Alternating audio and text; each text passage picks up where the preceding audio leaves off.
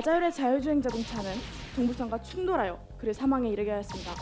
전 정말 이런 일이 일어날 줄은 상상도 못했어요. 자율주행 자동차가 당연히 떨어지는 사람을 보고 멈출 줄 알았는데 변호인 측은 말도 안 되는 증거를 통해 피고인의 죄를 회피하려 하고 있습니다. 아니 그럼 내가 불쌍이를 구하지 못해 불쌍이가 죽었다고 책임을 묻는 겁니까? 광고란 제품을 판매하기 위해 만드는 거지 절대로 저희 제품에 이러한 결점이 있으니 사지 마십시오 라고 강조하기 위한 것이 아닙니다. 제가 차를 구입할 때 아무도 저에게 이렇게 정확하게 수동으로 전환하는 방법을 알려주지 않았는데 어떻게 제가 차를 전환할 수 있었겠어요. 앙드레아를 수면 중 사망에 이르게 하고 합당한 사인을 만들기 위해 영동 고속도로 하행선 갓길에 세워진 트럭 후방에 자신의 승합차를 들이받아 고의로 교통사고를 냈습니다. 제가 제 아내를 얼마나 사랑했는데 아직도 그날만 생각하면 온몸이 떨리고 하늘이 원망스럽습니다. 핸들을 꺾고 브레이크를 밟는데 1초 정도의 긴 시간이 걸렸는데요. 이 정도면 고의성이 충분해 보입니다. 부장님 5월부터 23개 가입하셨습니다. 23개 중에 몇 개가 생명보험이었나요? 20개가 생명보험이었고 한 3년 됐나? 지금 3년이라고 하셨죠? 상법 651조에 따르면 보험 계약일로부터 3년이 지나면 보험 가입자가 아무리 고지 의무를 위반했다 하더라도 보험사가 계약을 해지할 수 없습니다. 하나고등학교 친구들을 박수로 맞아주시면 고맙겠습니다. 박수 부탁드립니다.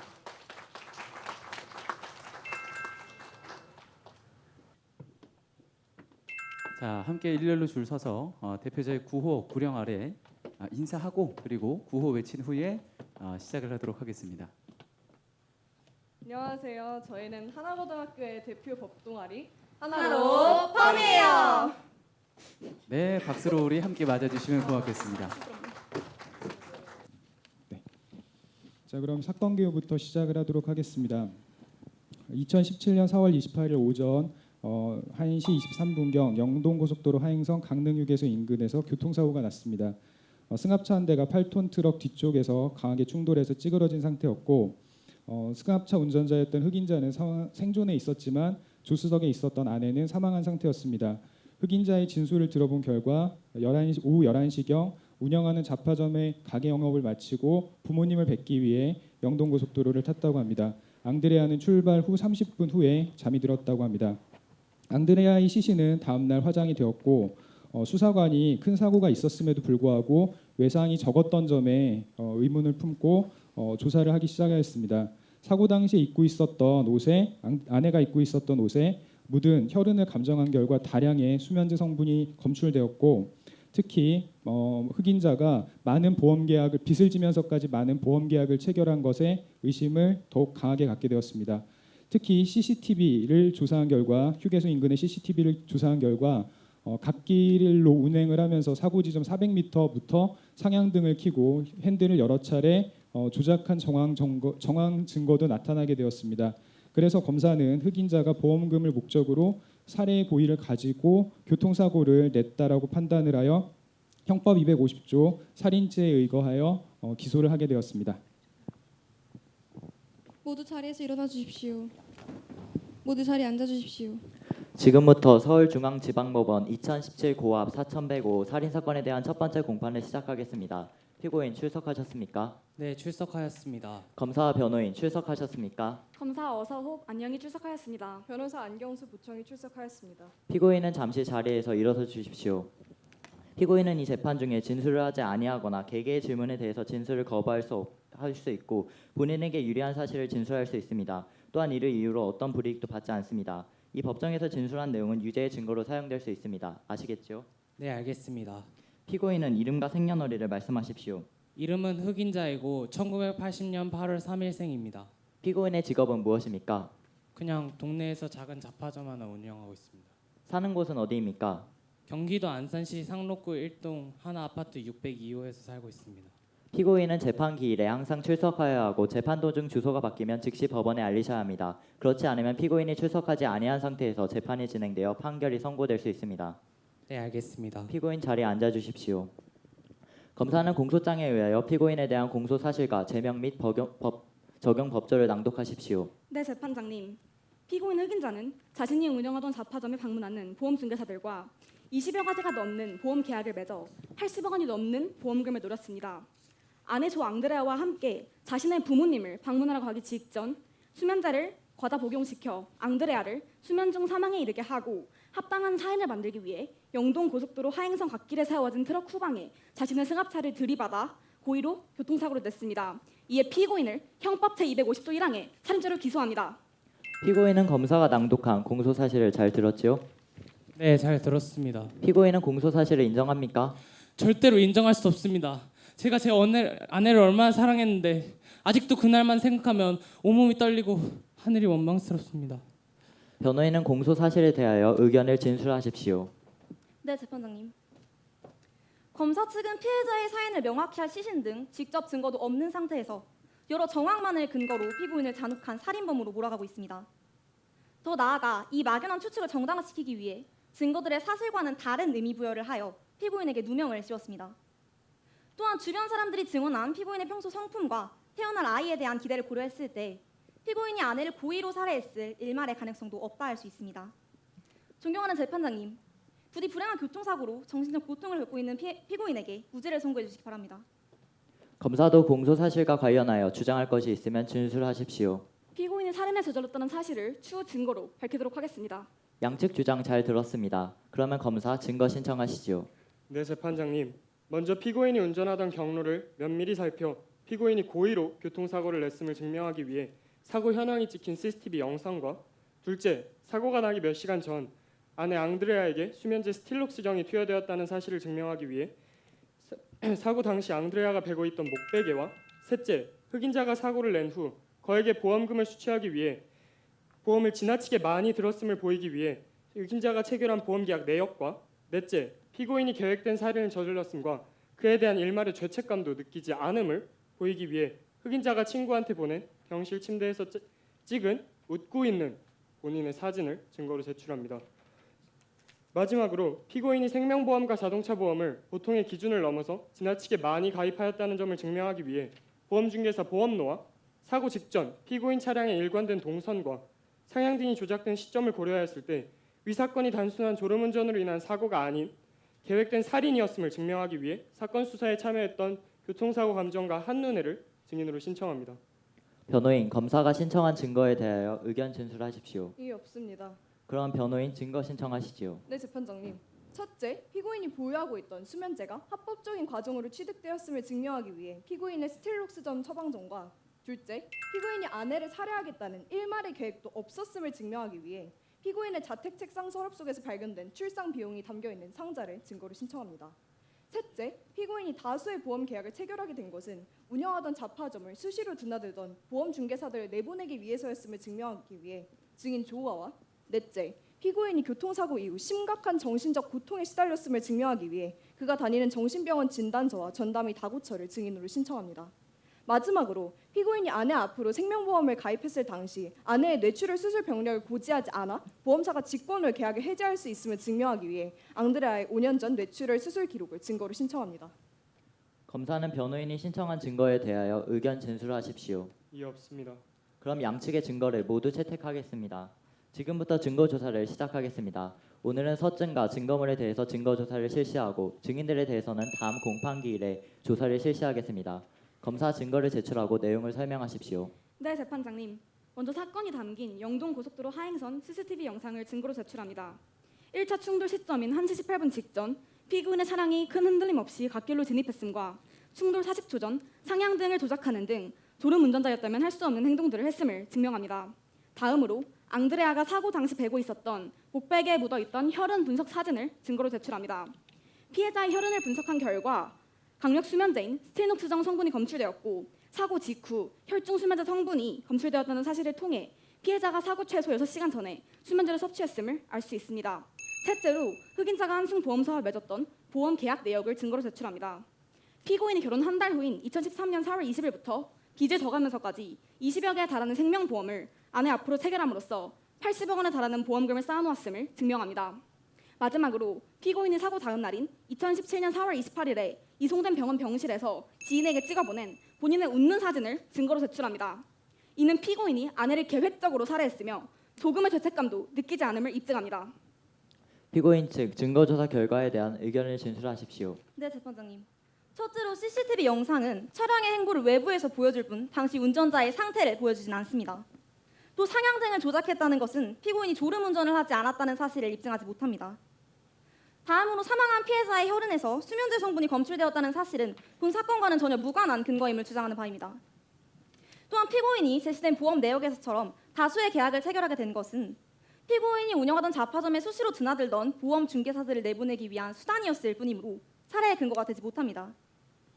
마지막으로 피고인이 지인에게 보낸 사진 역시 피고인의 입원 기간 동안 지인과 함께 지냈던 딸을 안심시키기 위해 딸에게 보냈던 사진이기 때문에 유죄의 증거가 될 수 없습니다. 결국 위 증거들은 피고인이 피해자를 살해한 범인이라는 것을 증명하기에는 그 증명력이 현저히 결여되어 있음을 주장합니다. 그렇다면 변호인은 증거를 제출하고 내용을 설명하십시오. 네, 재판장님. 첫째로 피고인이 과거 부모님의 암 발병 당시부터 복용했던 수면제에 대한 처방전을 증거물로 제출합니다. 피고인이 세브란스 대학병원에서 합법적인 절차에 따라 수면제 스틸록성을 2016년 12월 2일부터 지속적으로 복용해왔음을 확인할 수 있습니다. 또한 피고인의 자택 책상 서랍 속 발견된 출산 비용이 담긴 상자를 증거물로 제출합니다. 피고인이 아내의 임신을 알게 된 시점인 2016년 10월부터 매달 8만 원가량의 현금을 지속적으로 넣어왔고 사건이 일어나기 전인 2017년 4월 1일에도 돈을 넣었음을 알 수 있습니다. 셋째, 피고인이 사고 직후부터 다니기 시작했던 정신병원 진단서를 근거로 제출합니다.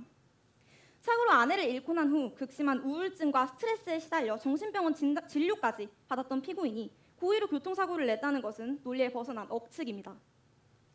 마지막으로 피고인의 아내 앙드레아의 5년 전 뇌출혈 수술 기록을 증거로 제출합니다.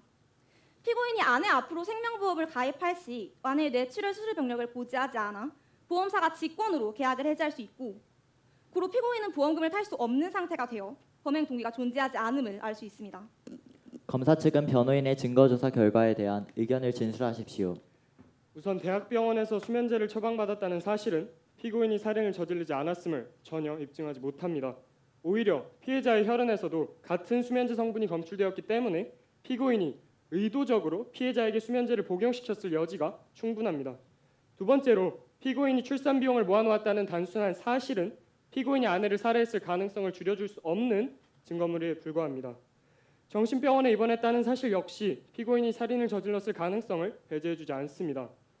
또 아내의 뇌출혈 수술 경험으로 인해 보험금을 타지 못한다는 피고인의 주장은 표면적인 변명에 불과하다는 사실을 추후 피고인 신문에서 밝히도록 하겠습니다. 양측의 증거조사 모두 잘 들었습니다. 더 하실 것 있으신가요? 없습니다.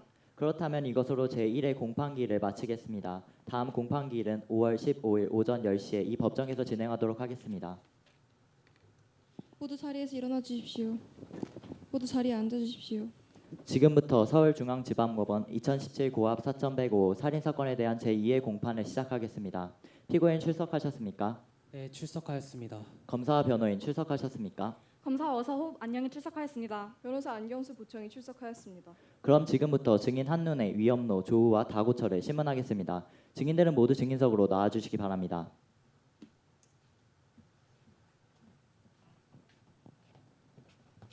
증인들은 모두 본인 맞으시죠? 네, 맞습니다. 증인들은 묻는 말에 대해서 사실대로 진술하여야 하고 거짓말을 할 시 위증대로 표적받을 수 있습니다. 또한 자기나 친족이 형사처벌을 받을 사실이 발각될 염려가 있는 경우에는 증언을 거부할 수 있습니다. 아시겠죠? 네, 잘 알겠습니다. 증인들은 지금부터 선서를 하시겠습니다. 그럼 증인 한눈에 씨가 대표로 선서하시기 바랍니다.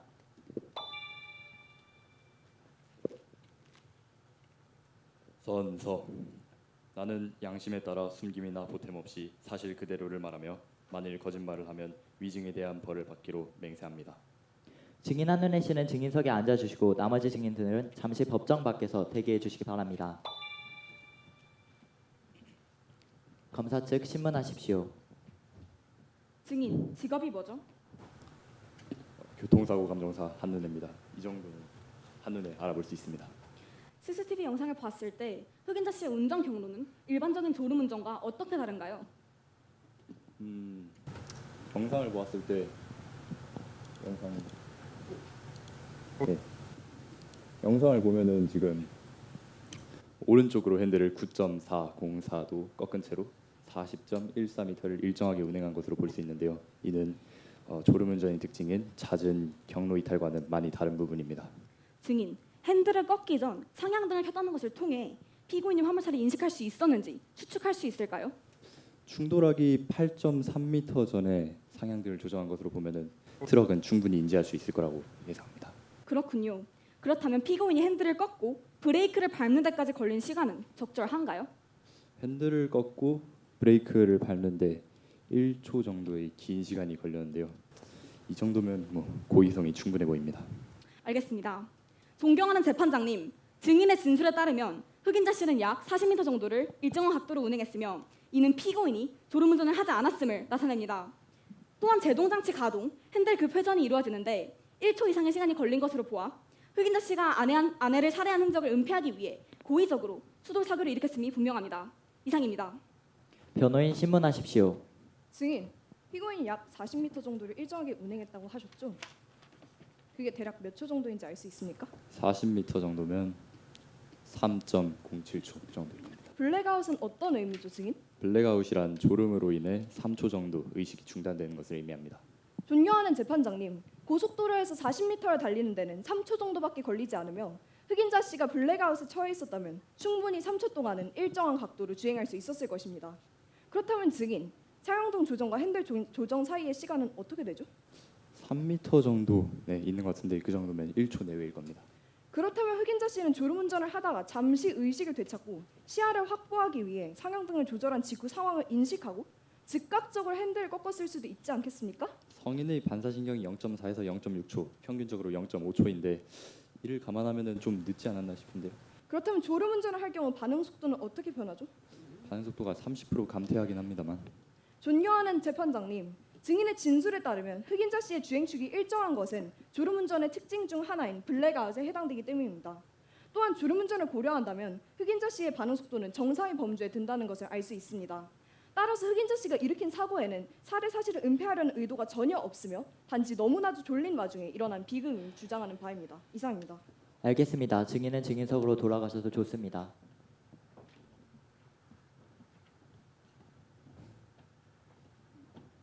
검사 측 신문하십시오. 네, 재판장님. 증인은 현재 한숭 보험회사에서 근무하고 계시죠? 네, 20년째 한숭에서 보험 설계사로 근무하고 있습니다. 그렇다면 피고인 흑인자 씨가 가입되어 있는 보험의 개수는 정확히 몇 개였죠? 잠시만요. 흑인자 씨가 재작년 5월부터 23개 가입하셨습니다. 23개 중에 몇 개가 생명보험이었나요? 20개가 생명보험이었고 나머지는 산재보험과 건강보험이었습니다. 생명보험이 20개. 같은 종류의 보험을, 그것도 생명보험을 이렇게나 많이 들어놓는 것이 일반적인 경우인가요? 경우에 따라 다르긴 하지만 사실 일반적인 경우는 아니죠. 단기간에 한 종류의 보험을 이렇게 지속적으로 들어놓으시는 건 특이한 케이스예요. 그렇군요.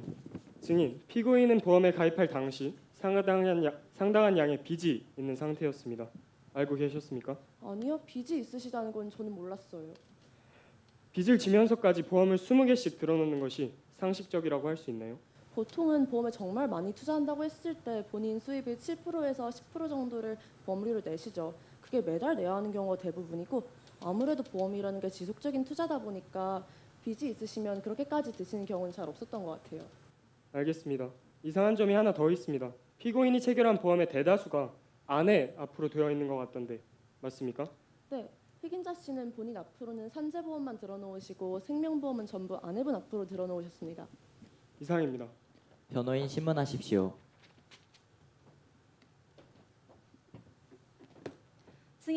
증인은 평소 흑인자 씨의 잡화 가게에 자주 방문하여 보험 가입을 권유해왔죠?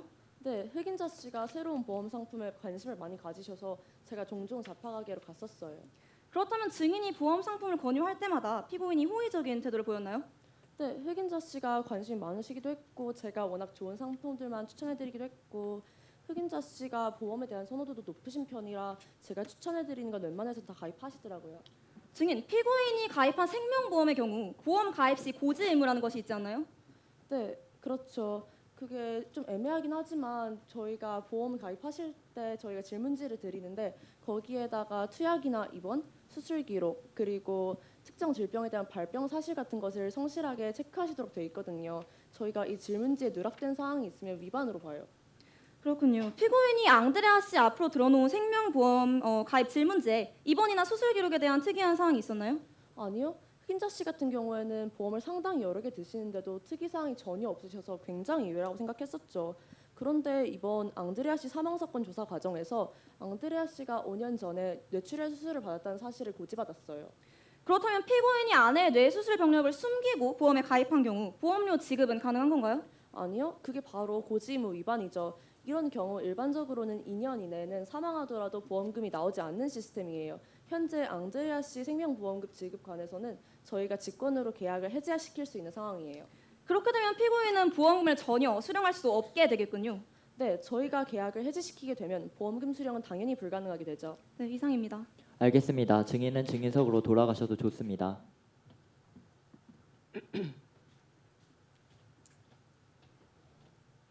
변호인 신문하십시오. 네, 재판장님. 증인은 피고인과 어떤 관계죠? 저는 증인이 운영하고 있는 잡화가게에 자주 다녔던 소위 말해 단골 손님이죠. 사고 나기 이틀 전까지만 해도 거기서 쇼핑 좀 했어요. 그렇다면 평소 흑인자 씨의 어떤 성격이나 인품에 대해 잘 아시겠네요? 그 사람이야 워낙 사람이 싹싹하고 가격도 많이 깎아주고 참 사람이 착하더라고요. 그렇게 장사하니까 맨날 가게에 사람이 북적거리고 문전성시인 거예요. 요즘에 그렇게 장사하면 남는 사람도 몇 없어요. 그렇군요. 혹시 서로 잘 알게 된 지는 얼마나 되셨나요? 어디 보자. 제가 이 동네로 이사 온 다음으로는 쭉 거기로 갔었으니까 한 6개월 정도 됐었을 거예요. 근데 이 흑인자가 손님들한테만 싹싹한 게 아니라 또 와이프한테 그렇게 가정적일 수가 없어요. 와이프 바쁠 때는 자기가 막 가게 문도 닫고 딸 유치원도 데려다주고 와이프한테 얼마나 잘하던지 요즘 보기 힘든 1등 신랑감이죠. 그렇다면 평소 소비자들이나 가족들을 대하는 언행이나 인품을 봤을 때 이런 범죄를 일으킬 사람이 결코 아니라는 말씀이시죠? 그렇고 말고요. 제가 이 동네에서 유일하게 항상 믿고 의지하는 사람이 흑인자 씨예요. 절대 그런 끔찍한 일을 벌일 사람이 아니에요. 그렇고 말고. 증인, 피고인의 잡화점에는 평소 보험사 직원들이 많이 드나들었나요? 말도 마세요. 맨날 이 보험 들어라 저 보험 들어라 보험사 직원이 맨날 들락날락거렸어요. 흑인자 씨도 손님 봐야 되는데 하여간 계속 귀찮게 구니까 일단 알았다 하면서 겨우 내보내긴 했는데 지겨웠죠. 네, 이상입니다. 검사 측 신문하십시오. 네, 재판장님. 평소 흑인자가 운영하는 잡화가게에 자주 들렀다면 그의 아내인 앙드레아도 꽤 많이 보셨겠네요. 자주는 아니더라도 가끔 얼굴 비추더라고요. 저랑은 말하는 사이까지는 아닌데 그냥 눈인사 정도는 항상 했어요. 그러면 혹시 그 부부가 나누던 대화라던가 관계에 특이한 점은 없었나요? 그 부부야 이 동네에서 금슬좋기로 제일 유명한 부부예요. 흑인자는 아까 말씀드렸듯이 남자가 워낙 가정적이고 또 앙드레아도 그렇게 내조를 잘한다고 하더라고요. 그런데 제가 알기로는 그 아내가 수면제를 먹나 봐요. 몸이 아픈지 잠을 못 자는지 맨날 수면제를 입에 붙이고 산다던데 가끔 아내가 흑인자 가게에 들렀을 때 흑인자 씨가 오늘은 수면제 몇 알 먹었냐고 혹시 많이 먹은 거 아니냐고 막 화내면서 보채듯이. 알겠습니다. 이상입니다. 알겠습니다. 증인은 증인석으로 돌아가셔도 좋습니다. 변호인 신문하십시오. 네, 재판장님. 증인은 어떤 일을 하시나요? 저는 정신병원 의사로 일하고 있습니다. 피고인이 입원해 있는 바로 그 병원에서 근무하고 계신가요? 네, 그렇습니다. 사고 직후 증인의 병원에 찾아온 피고인의 상태는 어떠했나요? 사고로 인한 충격 때문인지 very unstable한 모습을 보였습니다. 아이 컨택을 하지 못하고 시선이 항상 플로어를 향해 있거나 가끔 혼잣말을 중얼거리기도 했습니다. 피고인이 아내에 대해서는 별 이야기 안 하던가요? 물론 했습니다. 병원을 찾아온 이유가 바로 와이프 때문이었는걸요. 사랑하는 와이프를 러스트한 후 손에 아무 일도 잡히지 않고 입맛도 완전히 러스트했다고 했습니다. 또 자기 때문에 와이프가 데트했다면서 자책하는 모습을 보이기도 하더군요. 피고인이 아내를 잃은 후 매우 힘들어했다는 것은 분명해 보입니다. 이후에도 피고인이 몇 번 더 병원을 찾아왔죠? 네, 이후에도 두세 번 정도 더 찾아왔습니다. 그때에도 계속 힘들어했나요? 네, 그랬던 것 같습니다. 저한테 계속 와이프 얘기를 하며 어떻게 하면 이 페인에서 벗어날 수 있냐고 물어봤었으니까요. 네, 잘 알겠습니다. 이상입니다. 검사 반대 신문하십시오. 증인, 혹시 피고인이 아내의 이름으로 되어 있던 보험에 대해서는 말 안 하던가요? no, 그런 얘기는 들어보지 못했습니다. 그럼 혹시 빚에 대한 얘기는 하지 않던가요? 네, 했지 않았죠. 네, 안 했습니다. 네. 예, 알겠습니다. 이상입니다. 증인은 증인석으로 돌아가셔도 좋습니다. 양측은 피고인 신문 하시겠습니까? 네, 피고인 신문하겠습니다. 피고인은 증인석으로 나오시죠.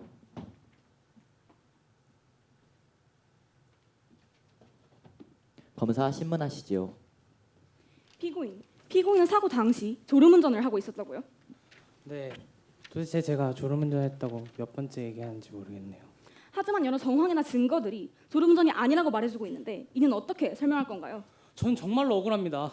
그날도 밤 11시까지 뼈 빠지게 일하고 운전도 2시간을 넘게 했는데 졸음이 어찌나 쏟아지는지 아주 참느라 죽는 줄 알았습니다.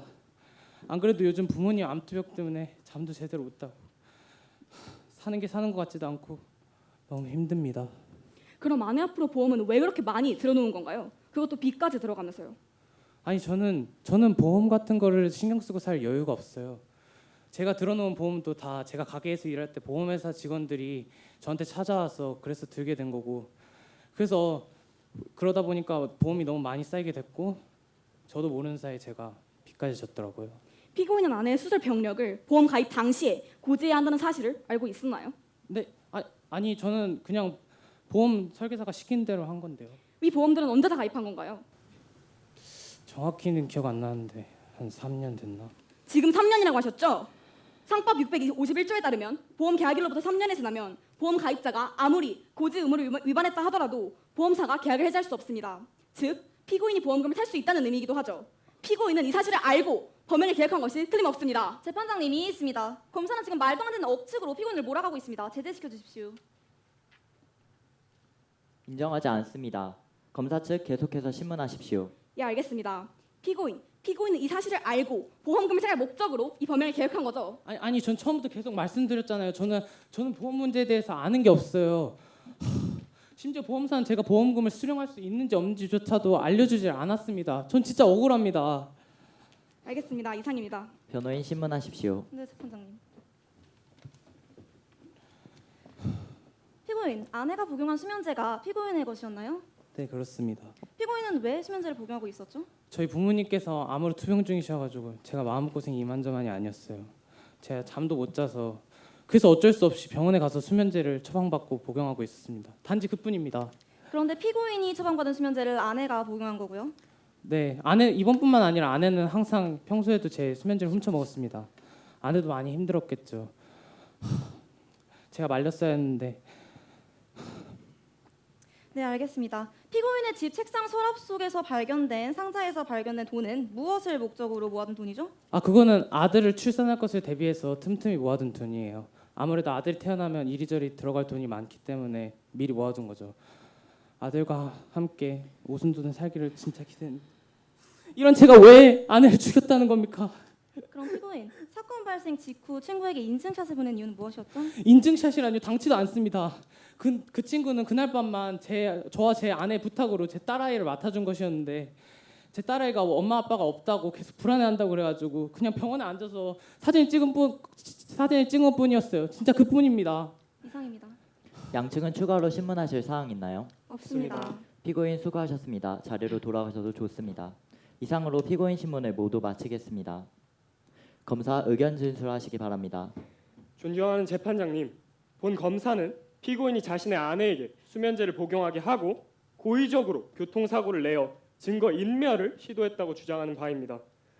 피고인이 빚까지 져가면서 생명보험을 지나치게 많이 가입했다는 점, 고지 의무를 지키지 않고 상법 제651조에 따른 보험사의 보험계약 해지 가능 기간인 3년이 지나기 만을 기다렸다는 점, 피고인 차량에 일관된 동선과 차량 등이 조작된 시점 등을 고려하였을 때 위 사건은 단순 졸음운전으로 인한 사고가 아닌 철저하게 계획된 범죄라고 보는 편이 더 타당해 보입니다.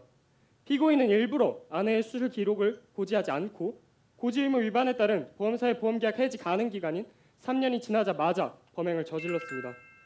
계약 피해자의 죽음이 단순 교통사고라고 하기에는 보험 계약일로부터 범행이 발생한 시점 그리고 졸음운전을 가장한 사고까지 모든 증거들이 한 사람을 향하고 있습니다. 이는 피고인이 피해자를 살해했다는 사실에 충분한 증명이 될 수 있습니다. 그럼에도 피고인은 범행을 부인하면서 자신의 잘못을 뉘우칠 기미조차 보이지 않고 있습니다. 이런 피고인에게 무기징역을 구형하는 바입니다. 변호인 변론하시지요. 존경하는 재판장님, 피고인은 아내 그리고 아이와의 행복한 삶을 꿈꾸며 살아가는 평범한 가장이었습니다. 평소 아내와의 금슬이 좋았던 피고인이 보험금을 노리고 계획적인 살인을 저질렀다는 주장도 아내를 살해하기 위해 수면제를 먹인 후 졸음운전을 위장해 이를 은폐했다는 주장도, 피고인이 계약 해지 가능 기간인 3년이 되기만을 기다리다가 살인 계획했다는 주장도 모두 정황 증거에 의존한 추측일 뿐입니다. 피고인은 가장으로서 부모님과 자신의 가정을 보살피며 생업을 이어나가야 되는 상황에서 보험 중개사의 끈질긴 권유에 의해 여러 개의 보험에 가입했던 것이고, 사고 이후 지속적인 심리 상담을 받았을 만큼 아내의 죽음을 견디기 힘들어했습니다. 수면제 역시 부모님의 투병으로 인해 잠을 이루지 못하는 날이 더 많았던 피고인이 자신을 위해 처방받은 것일 뿐입니다. 따라서 피고인이 아내를 사망에 이르게 하기 위해서 수면제를 권했다는 주장도 논리적인 비약에 불과합니다. 이처럼 검사 측이 제시한 증거들은 타당성이 현저히 결여된 정황 증거에 불과하여 피고인의 유죄를 전혀 입증하지 못합니다. 존경하는 재판장님, 억울한 피고인에게 무죄를 선고하여 형법의 근간을 지켜주시기 바랍니다. 피고인 마지막으로 하고 싶은 말 있으면 하시길 바랍니다. 재판장님, 제 아내는 사고로 죽었을 뿐입니다. 졸음운전으로 인한 사고였을 뿐입니다. 아내에게 바친 4년의 시간인데 제가 그 사랑에 배신을 하겠습니까? 이것으로 공판을 마치겠습니다. 6월 7일 오전 10시에 판결을 선고하겠습니다. 모두 자리에서 일어나 주십시오. 모두 자리에 앉아 주십시오. 지금부터 서울중앙지방법원 2017 고압 4105 살인 사건에 대한 선고기를 진행하겠습니다. 피고인 출석하셨습니까? 네, 출석하였습니다. 검사와 변호인 출석하셨습니까? 검사 어서 만약에 출석하였습니다. 변호사 안경수 부총리 출석하였습니다. 그럼 지금부터 판결을 선고하겠습니다. 먼저 판결의 이유를 말씀드리겠습니다.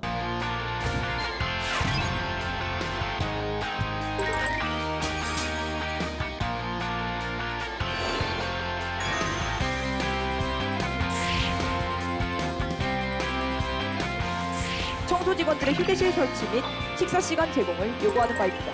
피고현 대표에게 개인정보 무단 연락, 사생활 침해, 개인정보 오남용에 대하여 책임을 묻고자 합니다. 불확실한 정보를 통해 방송을 기획하고 이를 내보내 소비자들로 하여금 원고 측에 대한 부정적 심리를 가지게 하였다는 것입니다. 있습니다. 지금 피고 소송 대리인은 증인을 겁박하고 있습니다. 저기 시간표에 있는 내사수 시간은 진짜 어김도 없는 시간이라고요. 하지만 장례회 씨와 오솔 씨 모두 이 시간표에 대해 제한받을 당시 동의하지 않았습니까?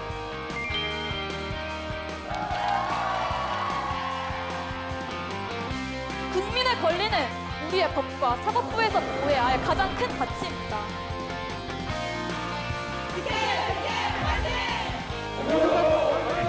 오늘도 화이팅!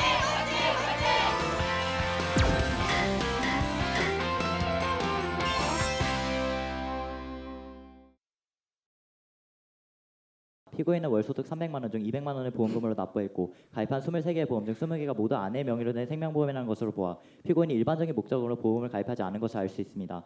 또한 당초 피고인은 고지 의무를 위반하여 생명보험금을 받을 수 없기 때문에 아내를 살해할 동기가 불명확하다고 주장하였으나 검사 측의 주장에 따르면 상법 651조에 따라 피고인은 이미 보험에 가입한 지 만 3년이 지났기 때문에 보험사가 직권으로 계약을 취소할 수 없는 예외사항에 해당합니다. 따라서 오히려 아내 살해의 고의성을 뒷받침한다고 볼 수 있습니다. 피고인이 주장한 대로 졸음운전이 행해졌다면 불규칙적이고 불안정한 주행 모습이 나타났을 텐데 피고인의 승합차 운행이 찍힌 도로의 CCTV 영상은 약 40m 이상 주행이 매우 안정적이고 일정적으로 이루어졌다고 보여집니다. 또한 승합차의 상향등이 켜진 시점을 참고했을 때 피고인이 트럭과의 충돌 직전 충분히 방향을 변경할 수 있는 위치에서 상황을 인식했음을 알 수 있고, 또한 도로교통공단이 당시 상황을 재현한 시뮬레이션 결과를 통해 의도적으로 충돌 2초전 도수석 앞 버퍼만을 들이받은 사실을 확인할 수 있습니다. 즉 피고인이 주장하는 졸음운전은 형벌을 면하기 위한 허구임을 알 수 있습니다. 국립과학수사연구소의 감정 결과 앙드레아가 사고 당시 덮고 있던 담요에 묻은 혈흔에서 다량의 수면제 성분이 검출되었다는 점과 피고인과 앙드레아가 수면제에 관한 대화를 나눴다는 것을 들었다는 증인 조우아의 증언으로 미뤄볼 때 피고인의 아내 앙드레아가 평소 수면제를 권장량 이상 복용했다는 사실은 분명해 보입니다. 하지만 앙드레아의 사망 원인이 수면제 과다 복용인지 여부는 확인할 길이 없으며 피고인이 앙드레아를 사망에 이르게 하려는 의도를 가지고 수면제를 권했다고 단정지을 만한 근거는 전혀 없습니다. 이에 앙드레아의 수면제 과다 복용에 관한 피고인의 고의성은 인정되지 않습니다. 지금까지 밝혀진 사실들을 하나씩만 놓고 보면 공소사실을 증명하기에 부족하나 이러한 간접 사실들을 상호 관련하여 종합적으로 고찰해보면 피고인이 피해자를 살해하였음이 충분히 증명되었다고 할 것입니다. 따라서 피고인에 대한 공소사실은 유죄입니다. 더욱이 보험금 수령을 목적으로 계획적으로 아내를 살해한 후에도 범행을 부인하고 있는 피고인에게 중형을 선고함이 마땅합니다. 그러나 약물을 이용해 살인을 했다는 점에 대한 증거는 부족하므로 이는 인정하지 않겠습니다. 형법 250조 1항에 따라 다음과 같이 판결을 선고합니다. 주문 피고인의 무기징역에 처한다. 피고인은 오늘부터 7일 이내에 서울고등법원에 항소를 할 수 있습니다. 항소장은 저희 법원에 제출하시면 됩니다. 이상으로 재판을 마치겠습니다. 네, 고생하셨습니다. 박수 한번 보내줄까요? 네, 마치 그 랩하는 가수를 연상시키듯이 마지막에 긴급하게 우리 판결 선고를 해줬습니다. 자, 그럼 이어서 질의응답 시간 진행이 되겠습니다. 우리 심사위원분들께서는 오전 시간과 마찬가지로 가장 중요한 질문 한 가지씩만을 좀 부탁을 드리겠습니다. 예, 이 살인과 관련된 이제 보험 사기를 노리고 이제 살인 사건이 일어난 거고 또 뭐 실제로도 이런 사건이 가끔씩 일어나죠. 그러니까 뭐 실제 일어날 수 있는 사건을 소재로 해가지고 아주 잘 구성을 한 것 같습니다. 근데 이제 저는 이제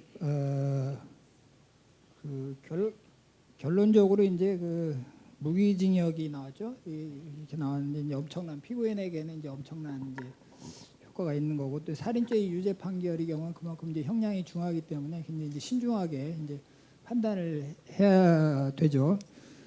그래서 이제 우리가 뭐 다 알고 있듯이 유죄 판결을 하려면은 합리적 의심이 없어야 된다. 뭐 이런 얘기는 뭐 여러분들 다 과정에서 다 알았을 것 같고, 근데 저는 이제 이 그러니까 검사와 변호인의 주장 서로 하는 거 보면은 정말 고의가 있었는지 하는 이제 그 부분에 대해서는 좀 이제 좀 확신이 들지는 않거든요. 이제 제가 느낀 거는 이제 그래요. 이제 그런데 저는 또 이제 또 결정적으로 이제 의심이 드는 게 운전을 해서 자동차에 부딪히면 뭐 옆에 있던 조수석에 이제 있던 사람도 죽지만 본인도 죽을 수 있거든요.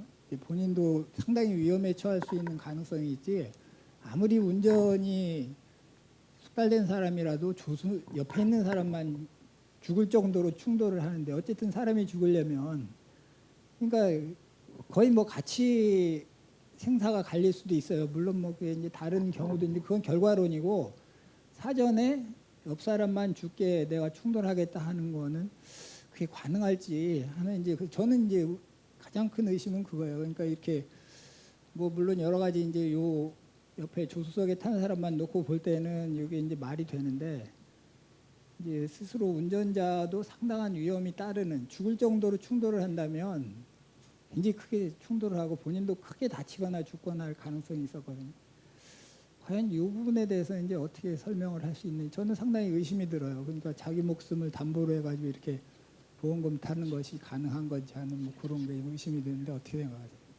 그 애초에 그 피고인이 처해 있는 상황이 지금 부모님이 암투병을 하는 상황이잖아요. 그래서 피고인이 게다가 작은 잡화점을 운영하고 있어서 아무리 사람들이 많이 와도 이렇게 매출이 크지는 않은데 그 상황에서 암투병 때문에 고생하신 부모님을 위해 수술비도 지원을 해드려야 되고 이런 상황이라서 상당히 금전적으로도 많이 힘든 상태여서 그리고 또 그러니까 그렇게 힘든 상태였기 때문에 그런 극단적인 결정을 순간적으로 할 수 있지 않았을까라는 그런 설정으로 들어왔기 때문에 저는 저희 동아리는 그렇게 아무리 자신의 목숨을 담보로 하는 사고였더라도 그렇게 사고를 냈다고 저희는 설정을 했고 또 네. 지금 상황은 이제 옆에 있는 사람만 죽이고 내가 그 보험금을 나중에 타겠다. 나는 좀 살려는 의지가 강한 거 아니에요? 그 돈을 타가지고 내가 뭐 이렇게 그 돈을 타겠다는 건데 뭐 죽어도 어쩔 수 없다 뭐 그런 상황이었나요? 뭐 둘 다 죽어도 좋다 뭐 이런 걸 예정한 거야? 아니면 어떤 거예요?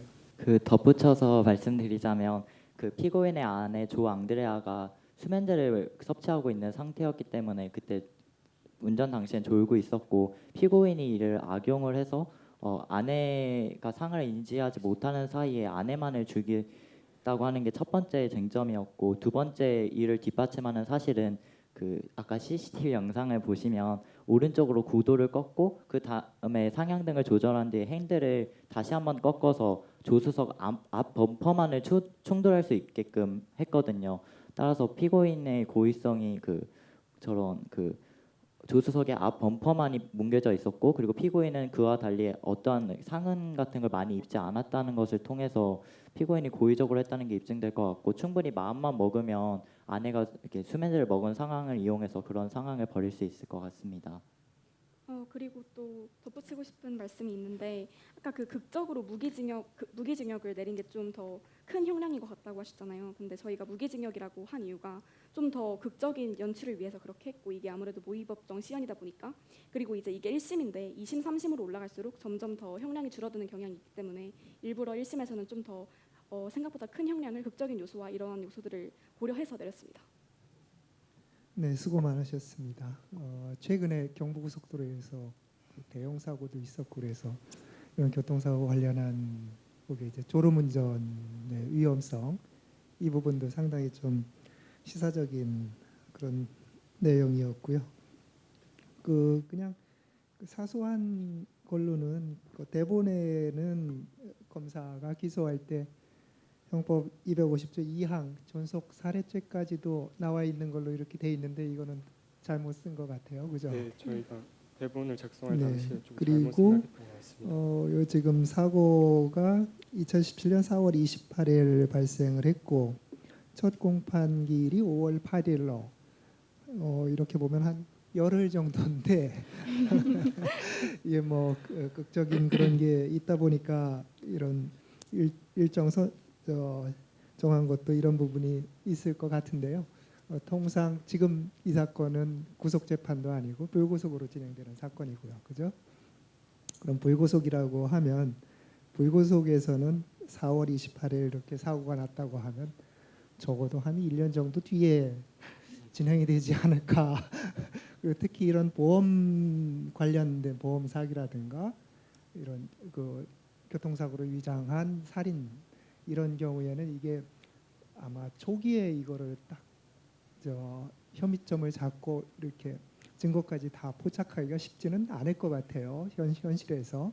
그래서 그런 점도 고려해서 요 기일 같은 거 이런 거를 조금 더 여유 있게 하면 좋겠다는 생각이 들었고요. 아까 시뮬레이션 보여주셨는데 지금 조수석을 부딪혀서 조수석에 있던 아내만 사망을 한 거잖아요. 근데 아까 시뮬레이션을 보면 거기에서는 오히려 운전석 쪽이 트럭 뒤에 부딪히는 것 같이 그렇게 그 동영상이 나오던데 그거는 요거에 맞게 좀 수정을 하면 좋겠다는 생각이 드네요. 그림으로는 거기 오른쪽 트럭 왼쪽으로 표시는 돼 있는데 이동하는 차는 왼쪽에 가서 부딪히는 걸로 그렇게 나와 있어서 그거는 조금 수정을 하면 좋겠다는 생각이 들었고 전체적으로는 김 교수님께서도 말씀하셨지만 이 사건 같은 경우 이제 살인 사건인데 직접적인 증거는 없는 상황이고 그러면 정황 증거로 해서 유죄를 증명을 해야 되는데 검찰 쪽에서 이때 어떻든 이제 가장 큰 무죄 추정의 원칙으로 그렇게 하게 되고 유죄를 인정하려면 합리적 의심 없는 그런 정도 증명이 있어야 되는 거여서 이 정황 증거가 굉장히 많은 정황 증거가 필요할 겁니다.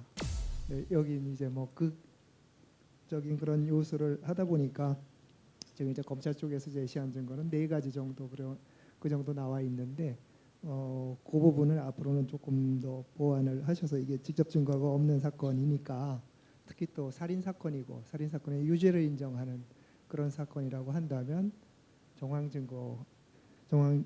증거로 할 수 있는 거는 여기에 이제 뭐 빚이 많았다는 것라든지 아니면 보험금을 타기 위해서 했다 그랬는데 그러면 이 사고를 일으킨 다음에 그 이후에 피고인의 행동이 어땠는지 그 보험금 청구 관련해서 그런 사항이라든가 그리고 또 빚이 이게 아까 그 증거 조사 과정에서 보면 보험을 이렇게 많이 내다 보니까 보험료 내는 것 때문에 빚이 생겼다는 그런 인상이 들어요.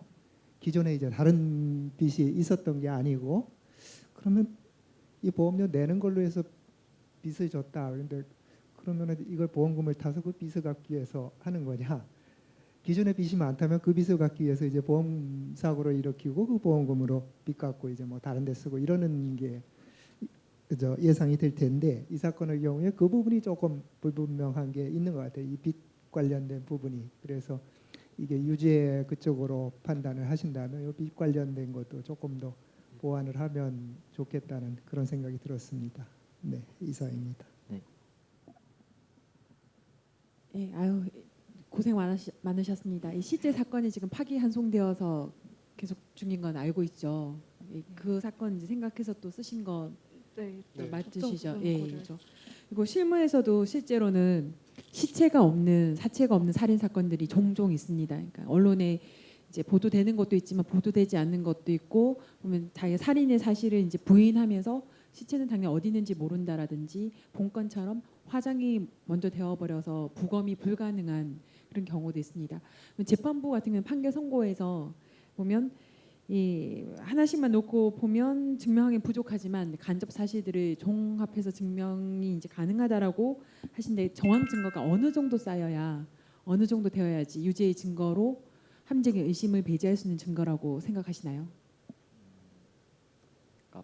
피고인이 보험 사기를 일으켰다는 사실이 입증될 정도의 정황 증거가 쌓여야 된다고 생각하였고 저희는 크게 두 가지로 접근을 했는데 먼저 교통사고에서 고의성이 있었다면 피해자가 보험금을 타려는 목적이 있었을 테고 두 번째로는 이제 피해자가 빚을 지면서까지 소득을 초과한 범위에서 무리하게 들었다는 사실 이 두 가지를 통해서 보험 사기를 의도적으로 저질렀다는 그런 결론을 유추해낼 수 있었습니다. 검사 측에게 하나만 더 물어볼게요. 이 사건 살인이거든요. 살인 같은 경우에는 동기가 제일 중요하고 동기가 또 부각이 되어야 되는 범죄입니다.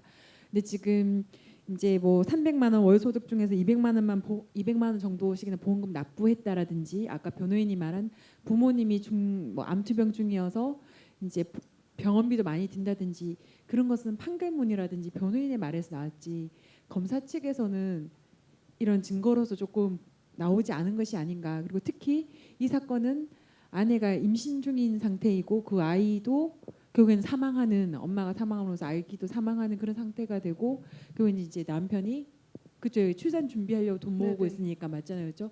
임신 중인 상태인데 또 수면제를 복용하는 그런 여러 가지 이심적인 부분들이 있기 때문에 결국엔 검찰 측에서도 이제 살인죄로 기소를 했을 텐데 그런 주관적인 부분, 그러니까 보험금 단순히 돈이 필요해서 보험 사기식으로 살인까지 이르는 것인지 아니면 정말 사이가 좋다면 정말 부인하고 공모해서도 보험 사기 다치는 걸로 낼 수 있는데 부인을 죽이기까지 할 정도이면 그만큼의 주관적인 동기가 조금 더 부각이 되고 그게 이제 시간상 증거에서 나오기가 힘들다면 피고인 신문에서도 뭐 4년 전에 대판 싸운 적 있다라든지 5년 전에 뭐가 있다라든지 지금 4년 동안 준비한 걸로 돼 있으니까 그런 부분이 좀 부각되어서 이제 또 결국 판결 선고가 유죄까지 나니까 그런 합리적인 의심을 좀 배제할 수 있는 좀 플러스 장치가 필요하지 않을까 그런 좀 말해주고 싶습니다.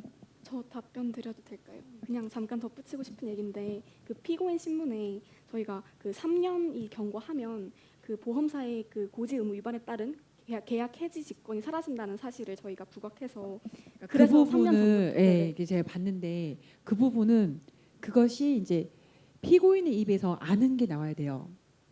3년이지 않습니까? 3년 전에 이제 어쩌죠 하면 그러면 3년이 지나면 돈을 받을 수 있다는 것을 뭐 어디 옆에서 들었다라든지 본인이 알고 있는 것을 검사가 이끌어내야지만 너 알고서도 이렇게 한 거 아니냐라고 되는데 3년이라는 말이 나오자마자 검사가 딱 하면 이제 성급한 거죠. 조금만 더 기다렸으면 이 답이 본인 입에 나온 게 가장 좋은데 이 보험들은 언제 다 가입한 건가요?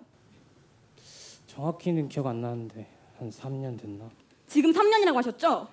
상법 651조에 따르면 보험 계약일로부터 3년이 지나면 보험 가입자가 아무리 고지 의무를 위반했다 하더라도 보험사가 계약을 해지할 수 없습니다. 검사가 너 알고 한 거지라고 돼버리면 이제 지금 이제 아까 재판부에서는 이의를 기각을 했지만 변호인 같은 경우에는 이제 섣부른 증언이다라고 충분히 이의를 제기할 수 있고 이제 재판부 같은 경우에도 중요한 사실을 일단 듣긴 하지만 검찰 측에서는 오늘 몰고 가는 거 아니냐, 난 이런 거 듣지도 못했고 보지도 못했고 몰랐다라고 주장을 해버리면 오히려 중요한 카드를 놓쳐버리는 그런 요소가 되는. 네, 우리 세 분의 심사위원분들의 질의응답 시간에 이렇게 또 친구들에게 부족한 부분 조금 더 보완할 수 있게 말씀해 주신 시간 감사드립니다. 자, 그러면 이상으로 네 번째 우리 하나고등학교 친구들의 발표를 모두 마치고 이어서 다섯 번째 발표 팀으로 넘어가도록 하겠습니다. 자, 단체 인사하고 들어가도록 할까요? 오늘은 전체적으로 다 질의응답 시간이 끝나고 나면 굉장히 그 침울해하는 느낌의 분위기가 많이 느껴지네요. 걱정하지 않으셔도 괜찮습니다. 차렷. 네. 네, 고생하셨습니다. 자, 이상으로 네 번째 발표팀 모두 마치고 다섯 번째 부계여자고등학교 친구들의 발표를 진행을 할 텐데요. 베스호텔을 이용해 167명의 사람들을 살해하였습니다. 그 대상은 주로 흉악범죄로 수배 중인 용의자들과 이미 유죄 판결을 받아 교도소에 수감 중이었던 범죄자들이었습니다. 저는 저에게 우연히 주어진 능력으로 이 사회의 정의를 실현하려고 했던 것일 뿐입니다. 실제로 저를 키라라 부르며 신적인 존재로 찬양하고 떠받드는 사람들도 있습니다. 모두가 원하는 사회의 구원을 대신 실현해준 제 행위가 왜 죄가 되는지 저는 정말 이해가 되지 않습니다. 데스노트에 이름이 적힌 사람은 모두 사망했다는 것이군요. 재판장님, 이해했습니다. 증인은 7명 중 현재 소재 파악이 되지 않는 사람이 있다고 진술했습니다. 이름이 적힌 사람이 모두 사망했다는 검사의 주장은 사실을 왜곡하는 발언입니다. 당신만 아니었어도 우리 가은아 씨가 그렇게 억울한 쪽을 맞이하진 않았을 거야. 당신은 잘 알지 못하면서 왜 섣불리 행동한 거죠? 저렇게 무고한 사람을 죽인 사람은 벌을 받아야 마땅해요. 그리고 솔직히 키라는 정말 정의로운 사람이지 않나요? 그렇지 않으면 이렇게 직접 발벗고 범죄자들을 처단하려 하지 않았을 테니까요. 그런데 이렇게 직접 만나 뵙게 되다니 심지어 잘생겼어.